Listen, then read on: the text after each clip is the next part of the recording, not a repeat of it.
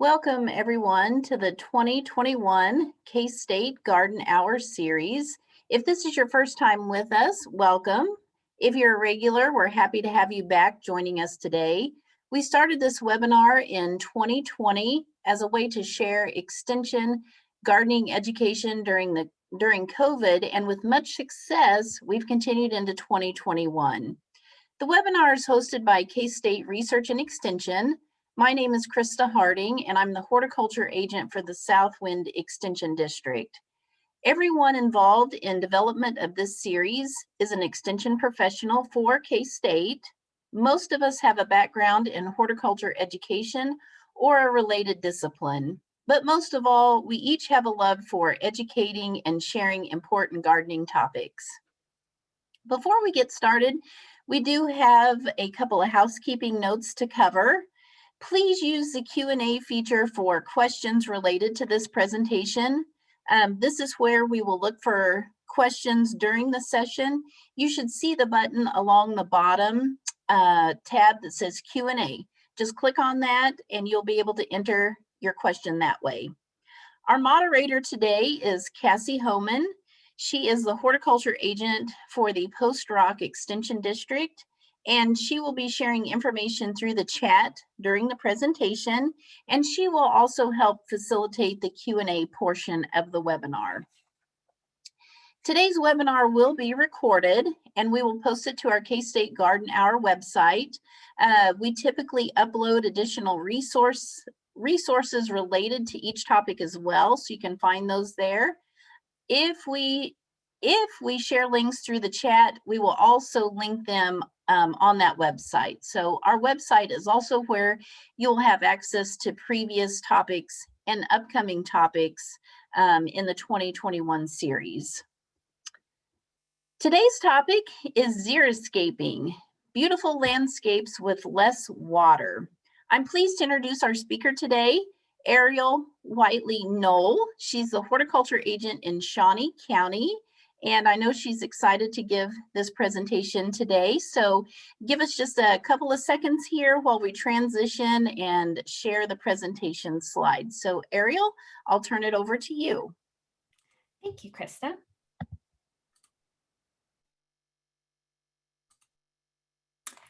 So as Krista said, my name is Ariel Whitely-Noll, and I am the horticulture agent for K-State Research and Extension in Shawnee County.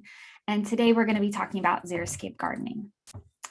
So xeriscape gardening is essentially watering with little to no irrigation, or really designing your landscape around water conservation, with water conservation in mind.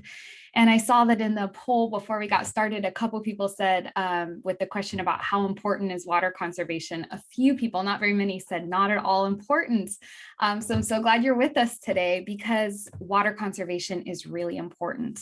I think that water is something that we'll always have because it's part of our environment, and that isn't necessarily the case. So for the state of Kansas, most of us are pulling water from the Ogallala Aquifer, which resides underneath the western part of the state. And unfortunately, we are depleting that resource quicker than natural rainfall and other resources are putting water back into it. So water conservation is super important. And when we look into the future, if water were to become an extremely limited resource that were regulated, or there just wasn't enough, I definitely think that our ornamental gardens would take a backseat to food production and, of course, giving people water to drink.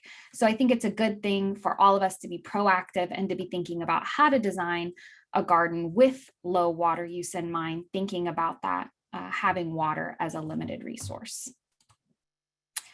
So today, as we're talking about xeriscape gardening, a lot of the plants I'm going to talk about and some of the principles in most of the photos have come from one of our demonstration gardens here in Shawnee County. So many of you that are associated with your local extension unit will know that if you have a Master Gardener program, oftentimes they have a demonstration garden. We're very fortunate to have 9 here in Shawnee County, and one of them is our xeriscape garden. So many of the photos today that I'm going to be featuring are from that garden and some of our feature plants as well. So before we talk about the principles of xeriscape gardening and dive into some of the plants, I just want to show you a few photos from our garden. I think sometimes when people think of a xeriscape garden, they think cacti, maybe tumbleweeds, definitely yucca. And as you can see, we do have our fair share of yucca plants in our xeriscape garden. But it's a really beautiful and vibrant garden. It's full of flowers nearly year round. Definitely throughout the growing season, and also a lot of pollinators. Our xeriscape garden is the garden that I almost always see hummingbirds in, lots of butterflies, and just wildlife in general. It's a really beautiful garden, and it's a great example of what you can do with very little water. So I just want to make sure that this is the kind of garden that we have in mind as we're having this discussion today, something that's really beautiful and full of flowers, but also is keeping water in mind and that water conservation element. So when we're looking at growing in Kansas, Kansas is a really challenging place to garden. Maybe more so depending on what part of the state you may reside in, but we deal with a lot of extremes. We have really high temperatures, that extreme frigid week of really cold weather that we had this year.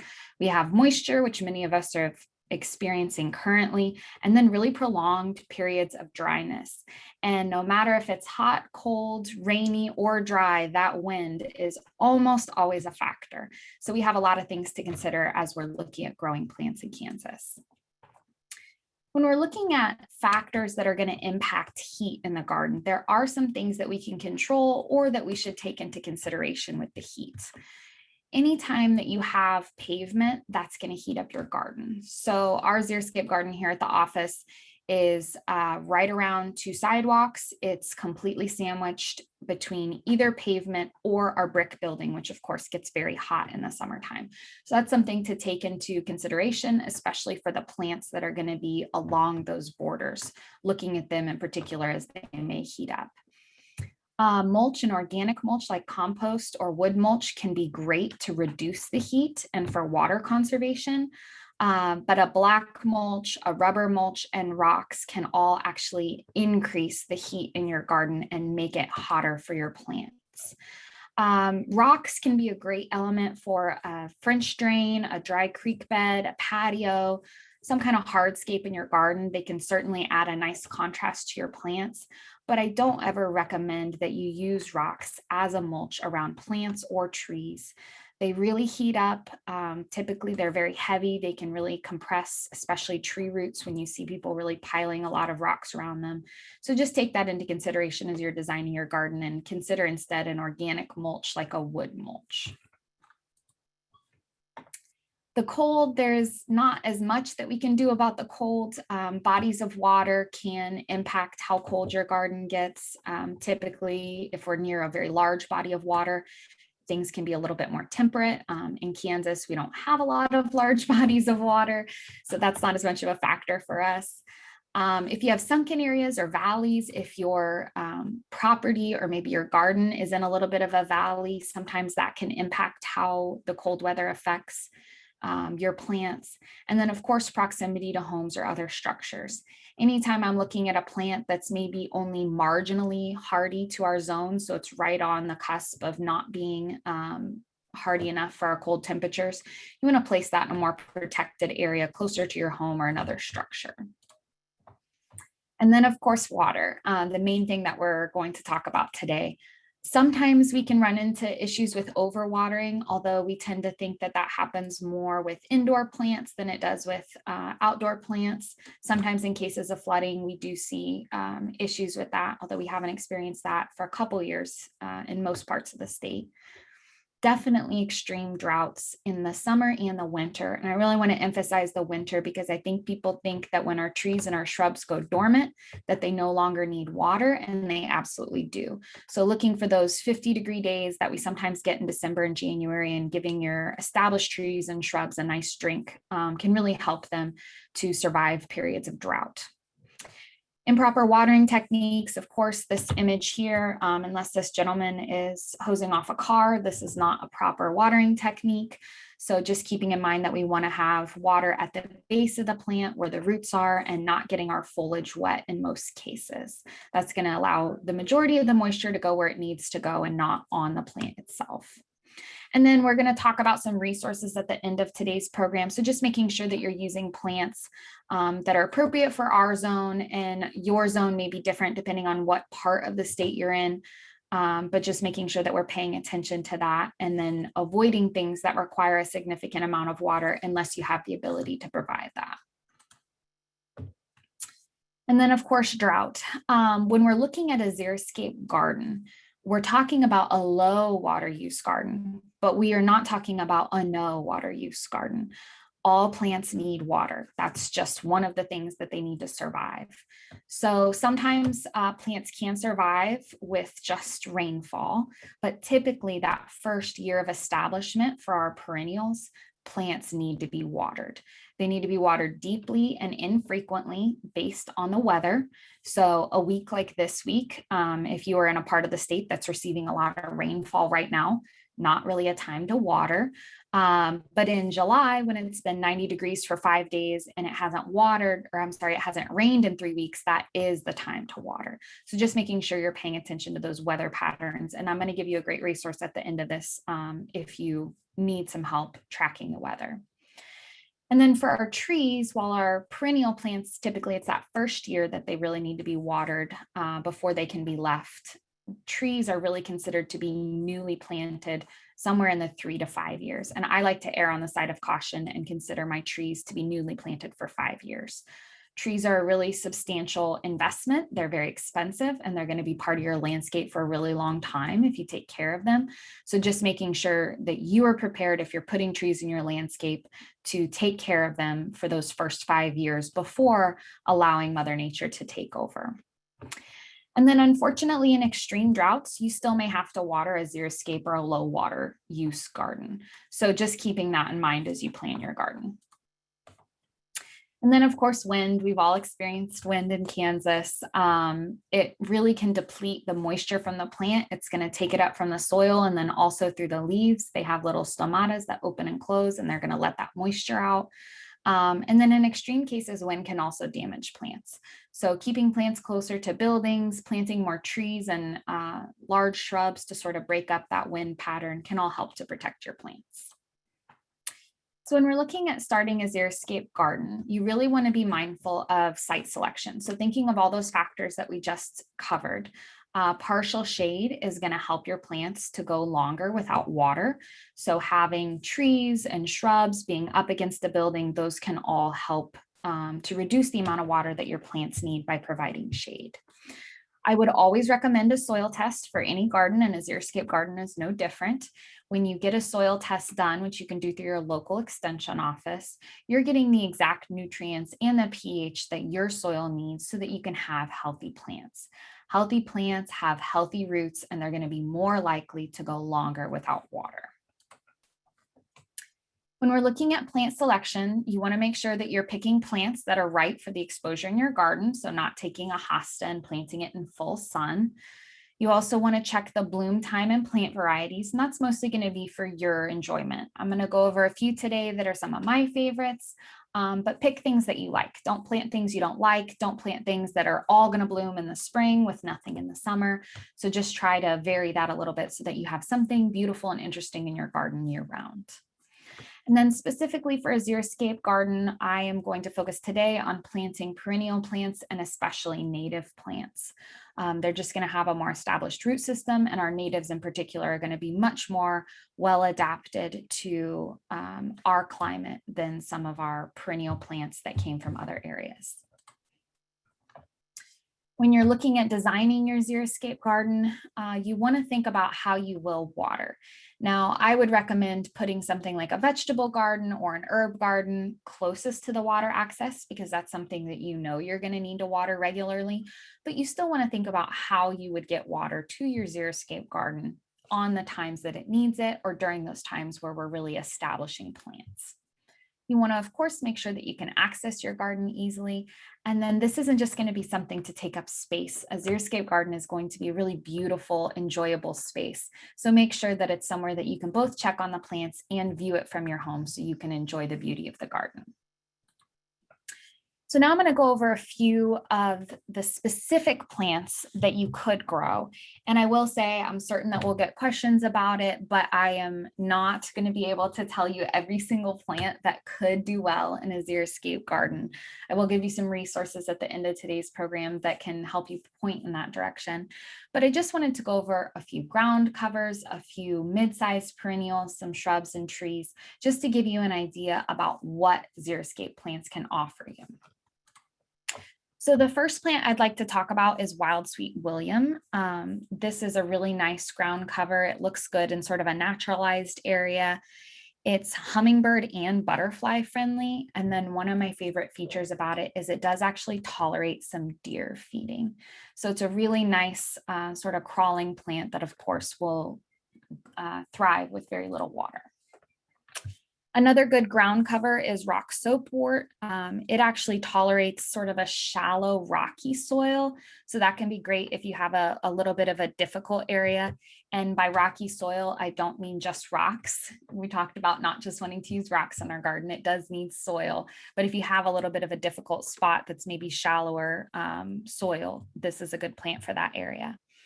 It's extremely cold tolerant all the way down to zone 2. So we had that horrible cold snap this winter, and this was actually one of the first things that started to bloom in our xeriscape garden. So it was very unaffected by that. And it too is deer tolerant. Candy tuft, I'm still considering to be a ground cover, although the flowers do stick up somewhere in the 8 to 12 inches. But I think that really actually kind of adds to its appeal. It pops up a little bit from where it's at in our garden. It will tolerate full sun, which is great. Thinking about our shade being probably a somewhat limited resource in the xeriscape garden. So this one can go in the full sun. It does attract some butterflies, and it is actually tolerant of both rabbit and deer feeding, which is great. This is grape hyacinth, which many of you may be familiar with. I was really sad that I was not on top of my picture taking, and I took a picture of this as it was sort of waning. So as pretty as this is, it was even better when it had just started to pop out. The grape hyacinth blooms are really showy, really fragrant, and it's blooming at a time typically a lot earlier than other things in the garden. So it'll really stop you in your tracks.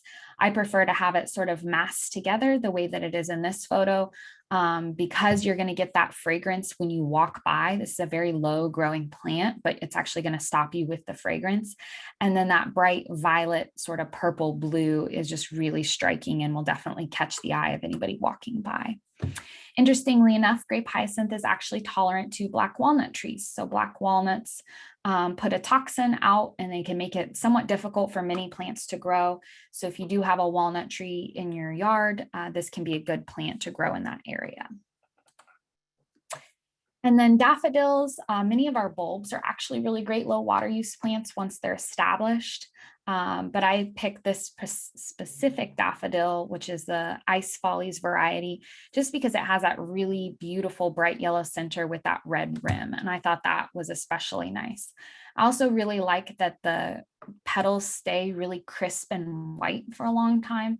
I feel like sometimes our spring flowers can get a little brown or wilt kind of quickly, but this daffodil stayed nice for a long period of time. It is deer and rabbit tolerant, and then it'll actually go full sun to part shade. So I like to use this, again, sort of like the grape hyacinth in a massing, and then maybe right on the edge where you have some shade, some full sun. Coneflowers in general can be really great, but I picked the gray-headed coneflower because I don't feel like it's utilized enough. It is actually a Kansas native, and it has this great shape. I think the flower shape is super interesting, where the seeds actually stick out above the petal, and then as they fall off, it leaves this really interesting gray color. The blooms are really long lasting. It'll bloom somewhere in the range of June to August in our area, and it is also a pollinator friendly plant attracting butterflies. Blanket flower is another really fun one. I just love the petal pattern on it. So this really dark, almost magenta center that goes out to oranges and yellows at the tip. It is also rabbit resistant and bird and butterfly attractant. But mostly I think people plant it just because it has that incredible striking pattern. And if you plant in clumps, just like we're talking about with our bulbs, it's definitely one that'll stop you in your tracks. I think most of us are familiar with iris plants. They are quite common, but there is a reason that they're so common. I was just talking to a coworker the other day who was actually ashamed to admit that she hates iris, but we'll still keep her around. I think some people don't like them because they're so common. This time of year, you see them in so many different places. But the reason for that is they just come in so many colors. These were just a few that we had on the day I was taking photos, but they can be white and purple, yellows, peaches, pinks, almost any combination and color pattern, they will be there. So really great variety of color. I really prefer them at the back of border, just because that flower stalk will really shoot up. And then many times if you have maybe a gaillardia, the blanket flower, or a coneflower in the middle, that will be the showstopper in the summer. And you really won't see the iris foliage, which doesn't do a lot for most people. Once it's done blooming, I think the biggest complaint is that the foliage isn't particularly showy, but it's great for back of border. So those flowers will pop up. And then in the summertime, something else can be the feature and the iris will go unnoticed. It is very fragrant, although it's not super pollinator friendly. Our pollinators, there's no problem with it. They just don't really seem to prefer the iris flower. But the best part about it is it's not just easy to grow, it's actually hard to kill. So iris, if you want to remove them, are easy enough to dig up, but they are very, very hardy and a great plant to have in the landscape if you struggle to keep things alive. And because you have that great color variety, you can really vary the types that you have while still having the same plant to care for. Ornamental onions are really great as well. I picked this white one. I believe this variety is Snow Queen, which I think was one of our trial plants, which is part of why I couldn't find the specific genus online. But onions come in a huge variety of types. Many times they're extremely tall, up to 2 feet tall, and a lot of times they're purple. They can be sort of a light lavender purple to a really dark purple, but I picked this one because it's actually quite compact. It's probably only 6 to 8 inches, and I just really like the white. I thought that was very striking with a really interesting leaf shape as well. So they can be great both as a cut flower and actually as a dried flower. If you do any dried flower arranging, onions are really great for that. They are super fragrant, and they are both deer, rabbit, and black walnut resistant. Wood cranesbill, or the woodland geranium, it's almost a ground cover, but I put it here with sort of our mid-sized perennials, just because you can sort of see in the top left photo, it creates this great mound. So I don't think it's quite a ground cover just because it does sort of get up a little bit taller. It does attract butterflies, and I think part of the reason that it does is it's just absolutely covered in flowers.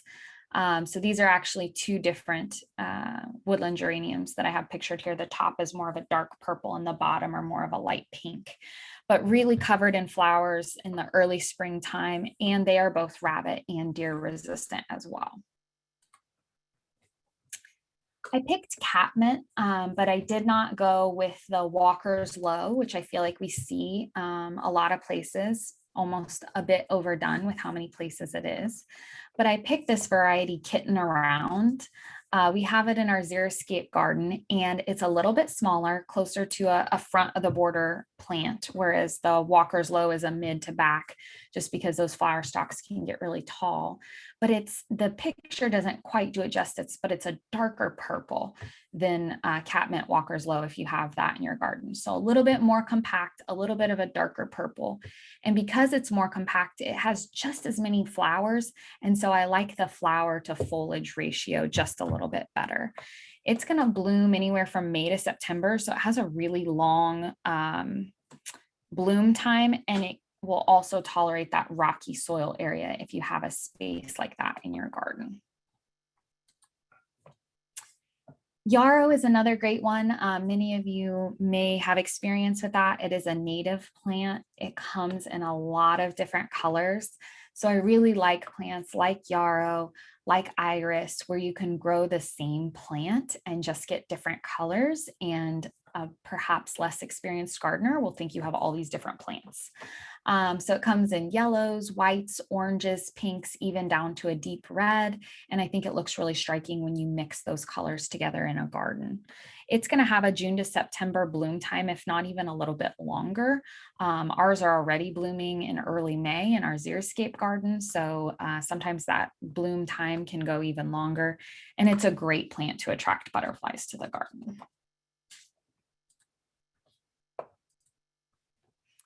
Ohio spiderwort is kind of a different one. I've been seeing it a little bit more lately, but I wish more people would use it. It has this great kind of deep purple, sometimes almost even blue flower. But I think my favorite thing about it is it's just kind of weird looking. It has this grass-like foliage that kind of comes out straight and then begins to arch over. And then the flowers just kind of peek through.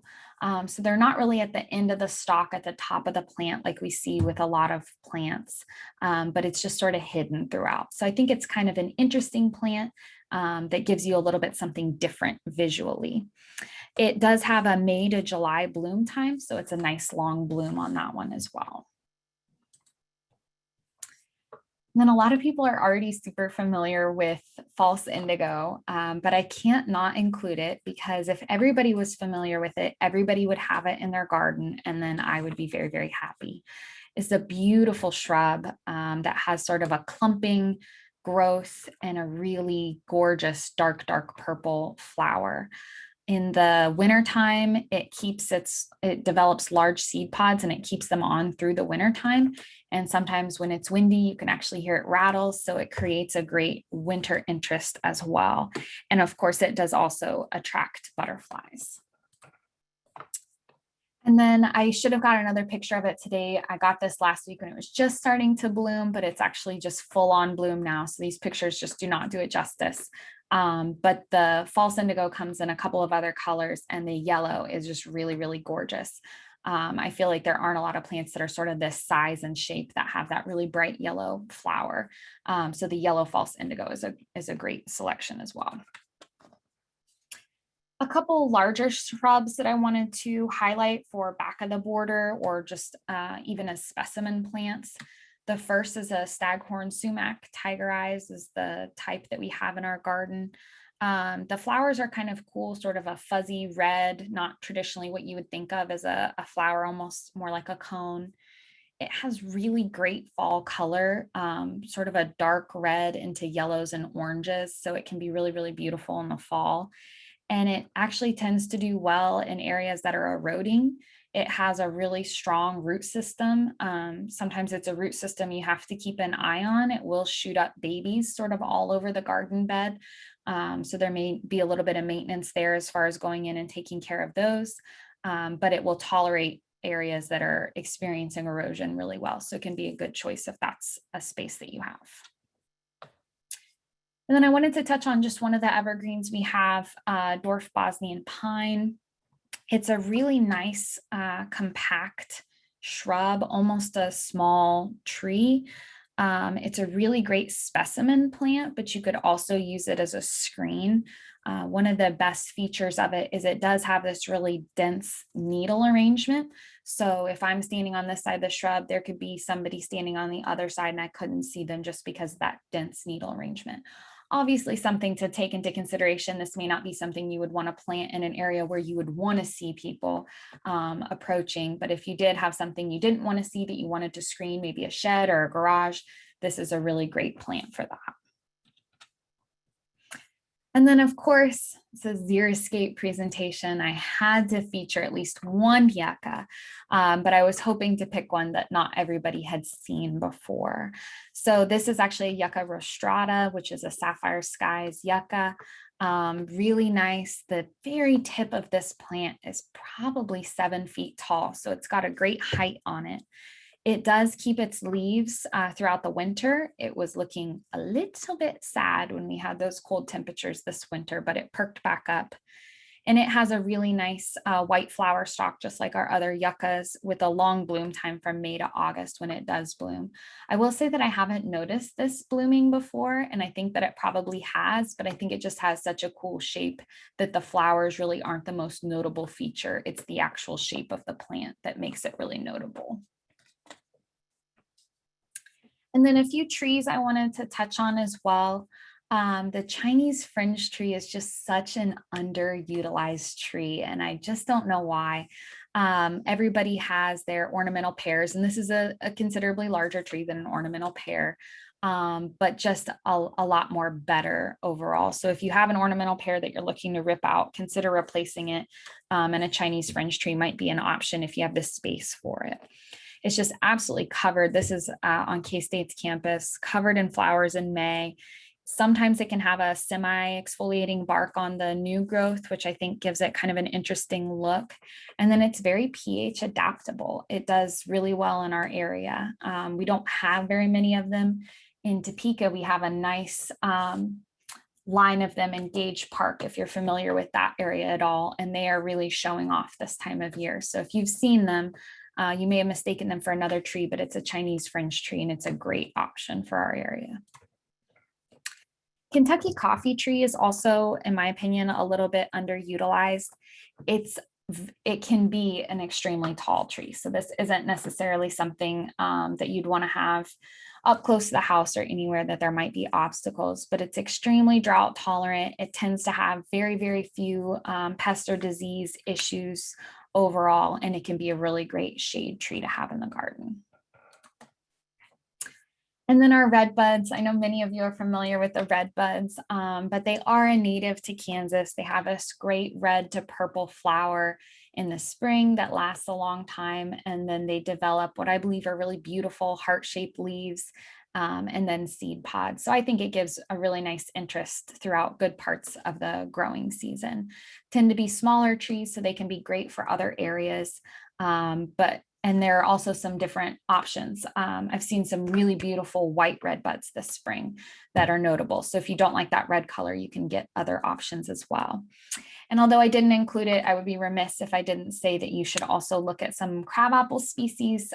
They can be a great smaller tree to replace those Callery pears in the landscape. So now I'd like to review a few resources that you all can use when you're looking for more plants or finding out more information about xeriscape gardening. The first is, and I believe Cassie's going to put a link in the chat, our recommended plants for Kansas. You can look at our ornamental grasses publication. There are specific ones on iris and hosta and vegetables. But definitely, if you only go to this page for one thing, go here for trees. Like we talked about earlier, trees are a really important part of our landscape. They're with us for a long time. And when you're making that selection, you want to make sure it's something that's what you want, that's appropriate for the area, and that's going to really thrive. So we have both trees, the Northeast Kansas, Northwest Kansas, those publications are from the Kansas Forest Service. And then the Shade and Ornamental Trees publication is great as well. And that comes from the John C. Pear Research Center. So those are both really wonderful resources specifically for trees. Kansas Roots, which is also going to be linked in the chat, but is also on the recommended plants page. You may have seen that there. Is a wonderful resource. It's a website that you can pull up on your phone when you're in the garden center, when we're all making our impulse buys because something's on sale, so that you can still make sure that you're getting a recommended plant. So it's compiled a lot of our recommended lists all in one place so that you can search them in real time while you're actually in the nursery or the garden center. So this is a great website that I think not a lot of people know about, but they should, because it's a really wonderful resource. In Shawnee County, our volunteers have also put together a short fact sheet on Xeriscape gardening and specifically our Xeriscape demonstration garden. So if you want a little bit of an overview of what we talked about today or just something tangible that you can hold in your hands, this is just a really nice 2-page fact sheet about Xeriscape gardening. And then buffalo grass. We didn't talk about turf grass today, partly because most turf grasses are not drought tolerant. They're not ideal for a xeriscape area, but buffalo grass is. It can be a somewhat intensive grass in the beginning, but once it becomes established, it's fairly low maintenance. It takes little to no mowing, very little water, and it's a native prairie grass. That's where it got its name, was the buffalo that, ate it and walked around on it. That's where the buffalo grass name came from. It has a really nice little ornamental seed head that I think makes it very attractive. We actually have a section in our Xeriscape garden right now that needs to be renovated. We've had it for about 15 years and the weeds are starting to take over. So we're going to rip it out and reseed. The seed for buffalo grass is quite expensive. And this year there's actually a little bit of a shortage, but typically you need less than you do with a typical tall fescue grass. So buffalo grass can be a really great option if you're looking for something low maintenance. And I say that it doesn't need mowing and because it stays fairly short, somewhere around 6 inches, even with the seed head as the height. So it can be really nice. The important thing with buffalo grass is to recognize that it is never going to be a glossy dark green grass. So it's great if you want low water use. It's great if you don't want to mow and have to do a lot of maintenance once you get it established.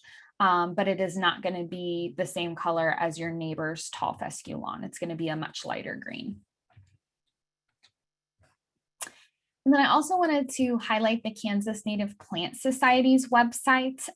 They are great if you're looking specifically for native plants, just to give you an idea of what plants are native and what plants are not. So they have a really expansive list that you can go through and search if you're specifically looking for native plants, which can be great not only for our Xeriscape garden, but also for our wildlife. Our pollinators, birds, butterflies, bees, all of those things tend to really appreciate having native plants in the garden. And that isn't to say that your entire garden should be native plants, but your garden should definitely include native plants. And then I also wanted to touch on a really, again, in my opinion, underutilized resource that K-State offers, which is the MesoNet. So Cassie's going to put a link in the chat, but the MesoNet is a great resource for looking at your precipitation in your county, for looking at temperatures, for highs and lows, and all of those sorts of things that you need to be a successful gardener. So I just pulled up the last 30 days precipitation totals, and this will give you an idea for the state. But off to the left, you can see the weather station closest to me is actually Rossville, and it gave me more specific information about that.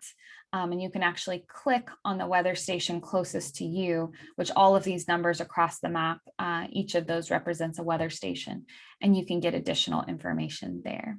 So that can be really helpful when you're planning your garden to look at what are the average rainfall for your area or for close to your area, so that you can think about the types of plants that you'd like to include. And then finally, I just want to put in a plug for our Xeriscape garden. We actually just launched last week a really exciting new program where we have QR codes in our garden that talk more about the types of plants we have and the wonderful features, as in addition to just things going on with our program. So if any of you are in Topeka, I would love to have you stop by and visit the garden. All you need is your smartphone and you can learn more about Xeriscape plants. And we actually have another garden adjacent to this that's a pollinator garden, and you can learn more about those as well. Thank you all for joining us. And I think, Cassie, if you're ready, I'm ready for questions. Great, sounds good.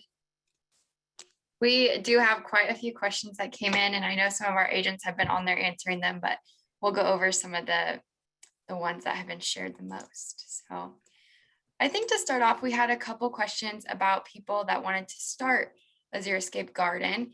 and what would be the best way to kind of get started, and maybe they had a turf grass or had a lawn and wanting to make more of a water conscious garden. So what would be your tips to get started? That's a great question. I would certainly start with the soil test, just making sure that you know what your soil has, looking at the nutrients. And again, that can be done through your local extension office. But then I would look at, once you remove, if it's a lawn, I would look at trees first. So when you're looking at planting trees in any garden, but especially your xeriscape garden, you want to make sure that you're picking a height and a spread that isn't going to hit something else. So don't pick an 80-foot tree when you have a power line 30 feet above, or something that's going to spread 40 feet and then put it right next to your house. So thinking about trees would be the next thing that I would do, and really just sketch out your garden, sketch out what you want it to be. Maybe it includes a couple small trees, maybe there's no trees and just shrubs and low growing plants. But I would definitely start with that soil test. Make sure it's a site that's going to work well for your garden with the things we talked about with water and being able to see it, but then also start looking at trees right away. It's pretty easy to swap out perennials and those other plants, but once a tree's in the landscape, it's typically a pretty permanent part of the landscape. So speaking of designing and creating your garden, you talked about sketching it out, but someone was wondering if you can recommend any software or computer things where they could design a xeriscape garden. I have not found any software. There are definitely some really expensive ones, but I haven't found any. Another agent might have other experience with it, although I think we just had this discussion last week because somebody was asking. So my best recommendation would be, if you really don't know where to start, with a landscape design, you can contact your local extension office, although that may not be something that we're always able to help with, just based on resources available. There aren't necessarily research for what a good landscape should be.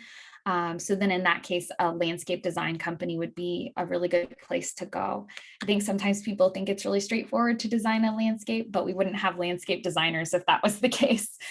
So it can actually be quite complicated, and paying somebody maybe just to get the design that you install may actually be the best choice. Thank you. And we had a lot of people asking about your demonstration garden. So I did send out your extension office address, so you might be getting some visitors. We love visitors. I think people really loved your pictures. So wonderful. And they liked the plants that you were showcasing, and we had a few questions on where did you get them from, or do you have any recommendations of good places to get natives? Yes, so there are a couple great native plant sales. I know actually the Douglas County Extension Office has theirs, but definitely start local. Your extension agent can point you in the right direction. We can't recommend businesses, but we can sort of help you know what's in your area. But I would always recommend that you start local. If somebody from the western part of the state drives all the way to Topeka or to Kansas City and shops there, those plants may not be adaptable for your space. So trying to utilize your local nurseries, your local greenhouses, most of the time that's going to get you a plant that's going to do the best in your area. And I think for all of our plants, most of them were purchased in Topeka. Some were in Lawrence and Kansas City, but we don't go any further than that for plants. I was also going to say, on that Kansas Roots website, there's a garden center locator on there. You can type in your zip code and it'll pull up all the nurseries and garden centers in your area. So that's I'm so glad you mentioned that. I forgot about that part. Yeah, I'm not sure like every single greenhouse in Kansas is on there, but it's a really great start. So okay, we have some people that are worried about shade in their garden or sun, and I know you went over a lot of plants, but do you have like a top favorite for shade and a top favorite for a lot of sun? I don't think I could pick just one. Some of the ones that I went over sort of are, my favorites outside of our standbys. I know that, we do hostas and coral bells in the shade, and so many plants are really well adapted for the sun. I think the most important thing is to pay attention to your garden and be willing to adjust. I have put shade loving plants in what I thought to be full shade, And when they start turning brown and curling up, that's a good indication to me that I was incorrect and that they're getting just a little bit too much sun. And then also over time, maybe your neighbor trims a tree and that was shading your garden. So I think the most important thing is to read the label, to know the plant, put it in its space, but then just pay attention to if the plant is doing well. I have put some full sun plants in partial shade and have them do just fine. But sometimes when you do that, they won't bloom or they just won't thrive. So just paying attention to those plant cues can be a really good tip for any needed adjustments. Okay, thank you. Yeah, we have a lot of questions about recommended plants for their specific area. So I just do want to remind people that website that we've posted in the chat is a great resource. It has lists of recommended plants. And then if you want specific suggestions, your local extension agent would be a great person to reach out to because they would know what thrives well in your corner of the state. So absolutely. Okay. Can you talk a little bit about like pruning and maintenance? We had a couple of questions about, they say native plants might be invasive or kind of take over the garden. So what is your opinion on that? Native plants aren't invasive by definition, just because invasive is something that we're introducing that doesn't belong in our ecosystem. Native plants are adapted and they can be aggressive. So that's definitely something to keep in mind. Like I was talking about with the staghorn sumac, we want things that don't necessarily require a lot of our attention. Maybe we water them and then we sort of let them go. But with the sumac, it's going to go and it's going to send out runners and it's going to, try to reproduce. So it's all about your preference, but all gardens are going to require some maintenance.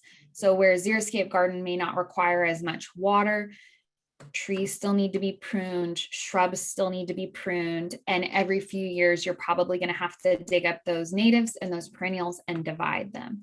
Now, if you want to do that less often, my recommendation would just be to space things further apart and sort of let them fill in. But I know a lot of us are impatient and like to pack our gardens with plants next to plants. And so you may be putting yourself in a situation where you have to divide a little bit sooner. But most of the time, our perennials and our native plants, our native perennials are going to need to be divided every few years. Okay, sounds good. We have a question about, how do you recommend watering xeriscape beds? Soaker hoses seem to be worthless or too much, but is overhead sprinklers okay? What do you recommend to get them established? That's a great question. And it sort of depends on your situation. If you're adding, so I'm thinking of our garden, and there are times where maybe in the fall, our volunteers are only adding 4 new plants. And so it makes sense that in the fall, when it's a little bit cooler and we may have a couple warm days, to take a watering can and to water those 4 plants. If you're starting a xeriscape garden and you have 40 new plants, a watering can, unless you're really trying to get your steps in, is going to be very labor intensive. I would recommend a soaker hose. I think that's my preference in my garden. And then you can turn it on low and leave it and really sort of let that water infiltrate very slowly. If you don't want to use a soaker hose, you can just take a hose and turn it down really low and set it at the base of the plant, walk away, come back and check it and move. You want to make sure that you're adding water at a very slow rate. So no blasts like we showed in that one image. And that the water is going down far enough. So taking a dowel or a long screwdriver and pushing it down and making sure that that water is getting down, most of the time 6 to 12 inches, depending on the plant, is considered a good watering. So however your situation lends itself, be it a soaker hose, an individual watering can, or you can do a hose. You can do a sprinkler if you need to. If that's what works best for your situation, but just keep in mind, anytime you're putting water on plant leaves, you're opening it up for potential diseases. So it's the balance. If that's what works best for you, and that's the only way that you're going to be able to water, fine, but just recognize that you may then have some disease issues if those leaves stay wet for a long period of time. Okay, thank you. So someone said you mentioned iris a lot and they like irises, but what about daylilies? Are they a good xeriscape garden plant? They are amazing. And we have a volunteer who works in our Xeriscape garden who's an absolute daylily enthusiast, and he would be livid if I didn't mention daylilies. So thank you for saving me from that. Daylilies are so drought tolerant. They are so difficult to kill. They're right there with the iris. If you want a plant that is not going to die, a daylily is a great one. They too come, I think daylilies sometimes get a bad rap because we're all used to seeing ditch lilies or the stellas, the really common yellows and oranges, but they come in so many other colors, just like the iris. Many times, if you can find somebody who actually specializes in daylilies, maybe a catalog or a local person, that can be a really great way to find those varieties. But when you put daylilies in an area, that is something that you want to be aware of is going to be there for a long time, may need to be divided every few years. And if you decide you don't want daylilies anymore, it may be a little bit of work just to get all the remnants of those roots left, because even a small piece of daylily root is going to propagate itself into a new plant. Okay, sounds good. Somebody wants to know, you talked about the fringe trees. Do you know if emerald ash borer will also affect the fringe trees? I do not know if emerald ash borer will affect the fringe trees, but I do not believe it will. I don't think it's not an ash, but I know emerald ash borer has gone on to other trees in the olive family, but I do not believe, and please feel free, other agents, to correct me. I don't believe it would affect the fringe tree. I think it has gone to lilac in a few rare cases, but not other species. Okay. Someone is wanting to know if you have any recommendations for ground covers that do well in a Xeriscape garden. Yeah, those first three I mentioned, the candy tuft, the rock soapwort, and Sweet William, those are all going to be great for a Xeriscape garden. You want to make sure with a ground cover, there's sort of that fine line. Those three are really great. I know a lot of people like to use like vincas and ivies, and I just want to make sure that you know what you're getting yourselves into. It's sort of that fine line between aggressive and invasive, and neither of those are labeled as an invasive plant, but they can be very aggressive. So I like to get the three that I mentioned are really solid ones, and there may be some others as well, but I know the vinca and ivy, English ivy, are both used heavily, and they can both be a little too aggressive in certain situations, so just being wary of that. Okay, thank you. We had a couple questions about soil testing. So you mentioned that throughout the presentation. Could you give us just a quick overview of how that process is done and what the customer can do? Absolutely. So it's going to be slightly different depending on your office. In our office, we like to recommend that people take somewhere around 10 samples of a given area. So if you're going to start a new bed, you want those samples to go at least 6 inches down and to remove any grass or rocks or debris, anything that's in there that isn't soil. We need 2 solid cups of soil to test, and you'd rather bring a little bit more and take some home with you than not have enough and have to go back and get some more. I know in our office, we have a core that you can check out. Not all offices may have that, and the policies may be different. But if you can't get one of those, you can certainly just use a spade. When you bring it in, you will put it in a special bag. You'll fill out a form. Some offices have that form online. Others you have to go in. And then we will send it to K-State, typically for a small fee. I know our office has a partnership with our local conservation district that sometimes covers part of that fee, but that's not the case everywhere. Those soil samples go to K-State, and in a few weeks, they come back to the office, and then they'll send you the results. Our basic package is pH, phosphorus, and potassium, and that's usually a good start. You can add on organic matter and nitrogen and some other things as well, if that's something you need, which is a really good conversation to have with your local horticulture agent. Awesome, thank you. I think soil testing is very important. It's kind of the first step when you're creating a new garden. So. Absolutely. Okay, we have kind of a specific question. Someone wants to know about the pine in your slideshow. I think it was from one of your demonstration gardens. Do you know what type of pine that was? And if it's pine wilt resistant?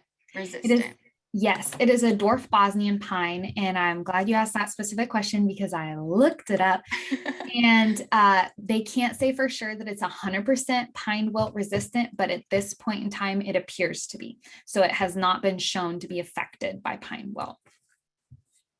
Awesome. Okay, well, we have gotten through most of the questions. Again, if you were looking for specific plants, I know somebody asked about daylilies that do best in Kansas. Check out those recommended plant websites because we have really great lists that should help you out. So, all right, if Krista wants to take over.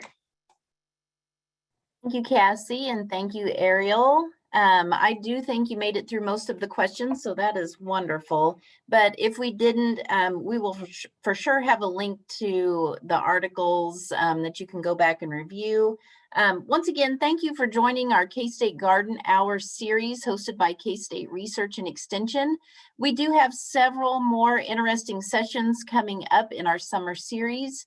Be sure to visit the K-State Garden Hour website, and that link is going to be put in the chat so you can find that easily. This session was recorded today, and it will be posted on the website by tomorrow afternoon. After this webinar ends today, you will receive a prompt to take an evaluation survey. We would really appreciate it if you would fill that out.